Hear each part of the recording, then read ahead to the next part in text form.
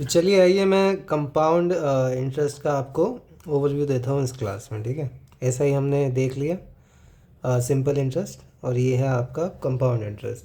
ठीक है, कि ब्याज के ऊपर ब्याज, या ये कह लीजिए इंटरेस्ट के ऊपर इंटरेस्ट।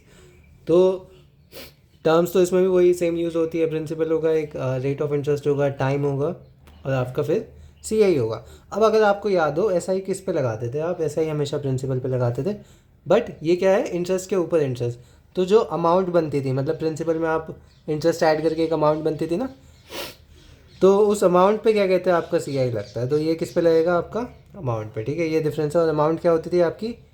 पी प्लस सी आई। तो यहाँ पे सी आई हो जाएगा एस आई की जगह। ठीक है, अब जैसे फॉर एग्जांपल आपके पास प्रिंसिपल अमाउंट है 100 रुपये, टाइम 2 साल का हो गया, और रेट ऑफ इंटरेस्ट हो गया आपका 10% पर एनम। चलिए देखते हैं इस पर कितना लगेगा। और इसमें कंपाउंड इंटरेस्ट जो है कंपाउंड उसमें लग रहा है। तो पहले 100 पे 10% लगा देंगे, कितना हो जाएगा? 110। अब 100 पे नहीं लगेगा 10%, अब किस पे लगेगा? 110 पे 10% लगेगा, जो कि होगा आपका कितना? जो कि हो गया आपका 11।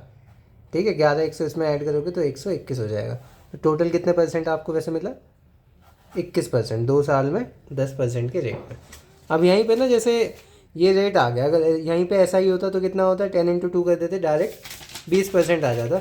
तो एक टेबल आपको दिखा देता हूँ, ये आप याद रख लेना, ये काफ़ी काम आएगी, क्योंकि जो रेट वगैरह है ना, वो इसी में आते हैं। 10%, 9%, 8%, 6%, 3% और 12%। ठीक है, अब यहाँ पे अगर आप देखेंगे तो पहले तो ऐसा ही ले लिया। अब सबका क्या कहते हैं, टाइम जो है 2 साल का लेकर के चलना। ठीक है, 2 साल में आपका एस आई कितना होगा? इसको 2 से ये तो डबल ही कर दो, एस आई में तो कुछ है ही नहीं, × 2 कर दो। ये 18 हो जाएगा, ये 16%, ये 6 का 12%, 3 का 6%, और ये आपका 24%। ठीक है, यहाँ तक कोई दिक्कत नहीं।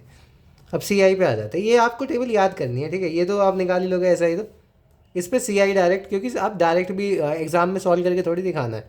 एग्ज़ाम में तो ये डायरेक्ट आपको आंसर चाहिए। ठीक है, तो आप अब यहाँ पे कैसे निकालोगे? इसका हमें अभी निकाला है, कितना आया था? 100 से 121 आया था, तो 21% आएगा इसका सी आई। ठीक है, अगर फॉर्मूले से करना चाहो तो वो वाली फार्मूला लग रहा है, वो A plus B plus A B by 100 वाले। ठीक है, वो कि फाइनल चेंज कितना आएगा। यहाँ पे ऐसे लगाओगे तो क्या होगा? 9 + 9 + 81/100, जो कि आपका कितना आ जाएगा? 18.81%। ठीक है, यहीं पे ऐसे ही आ जाएगा आपका सेम 16.64%। यहाँ पे आएगा 12.36%। ये 6 के उसमें आ जाएगा आपका 6.09%। और यहाँ पे आ जाएगा आपका 25.44%।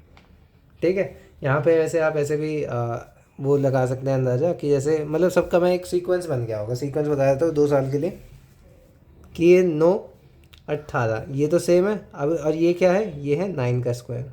ठीक है, यहाँ तक कोई दिक्कत नहीं है। यहीं पे ये दोनों सेम, और ये क्या है आपका? 8 का स्क्वायर।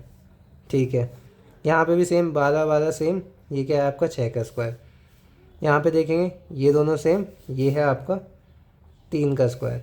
यहाँ पे देखेंगे ये बड़ा कैसे हुआ? क्योंकि 12 का जो स्क्वायर होता है ना, 144 है, तो 1 कैरी हो गई, तो 24 + 1 25.44। इस प्रकार से भी आप याद कर सकते हैं। सी आई का फॉर्मूला बता के और चला जाता हूँ। सी आई का फॉर्मूला आपका क्या होता है? ए = P 1 + R/100/T। ठीक है, पर हम ट्री मेथड से करेंगे। चलो, आज की क्लास के लिए इतना ही। मिलते हैं नेक्स्ट क्लास में, तब तक के लिए गुड बाय।